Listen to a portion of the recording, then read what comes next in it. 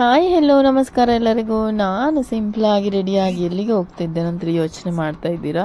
ನಾನೊಂದು ನನ್ನ cousin brother ಸಿಸ್ಟರ್ದು ಮಗುವಿನ ನಾಮಕರಣಕ್ಕೆ ಹೋಗಿದ್ದೆ. ನನ್ನ ಲುಕ್ ಹೇಗೆ ಕಾಣ್ತಾ ಇತ್ತು ಅಂತೇಳಿ ಕಮೆಂಟ್ ಬಾಕ್ಸಲ್ಲಿ ತಿಳಿಸಿ. ಸೊ ಮೊದಲಿಗೆ ನಾವು ಹೋದದ್ದು ಚರ್ಚ್ಗೆ. ಅಲ್ಲಿ ನಾಮಕರಣದ ಕಾರ್ಯಕ್ರಮವಿತ್ತು. ನಮ್ಮ ಸಭಾಪಾಲಕರು ಮಗುವಿಗೆ ಹೆಸರಿಡುವಂತಹ ಕಾರ್ಯವನ್ನು ಮಾಡ್ತಾಯಿದ್ರು. ಈ ಸುಂದರವಾದ ಹೆಣ್ಣು ಮಗುವಿಗೆ ಎಲೋರಾ ಜೆನಿಷಿಯಾ ಅಂತೇಳಿ ಹೆಸರಿಟ್ಟರು. ಹೆಸರಂತೂ ಸೂಪರ್ ಆಗಿತ್ತು, ಎಲೋರಾ ಜೆನಿಷಿಯಾ ಅಂತೇಳಿ. ಸೊ ಮಗುವಿದು ನಾಮಕರಣ ಎಲ್ಲ ಮುಗಿಸಿ ಮಗುವಿನೊಟ್ಟಿಗೆ ಸ್ವಲ್ಪ ಫೋಟೋ ಶೂಟ್ ಎಲ್ಲ ಮಾಡಿಕೊಂಡು ಅದಾದ ನಂತರ ಔತಣಕೂಟಕ್ಕೆ ಬಂದದ್ದು ನಾವಿಲ್ಲಿ ಹಾಲಿಗೆ.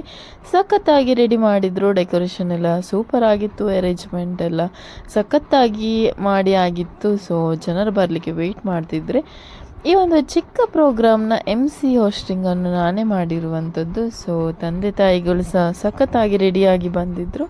ಅದಾದ ನಂತರ ನಮ್ಮ ಪಾಪವನ್ನು ತೊಟ್ಟಿಲಿಗೆ ಹಾಕಿ ಅದಾದ ನಂತರ ಎಲ್ಲ ಕಾರ್ಯಕ್ರಮವನ್ನು ಮಾಡಿ ಆದ ಮೇಲೆ ವಿಶ್ ಮಾಡುವವರೆಲ್ಲ ವಿಶ್ ಮಾಡಲಿಕ್ಕೆ ಹೋಗ್ತಾಯಿದ್ರು.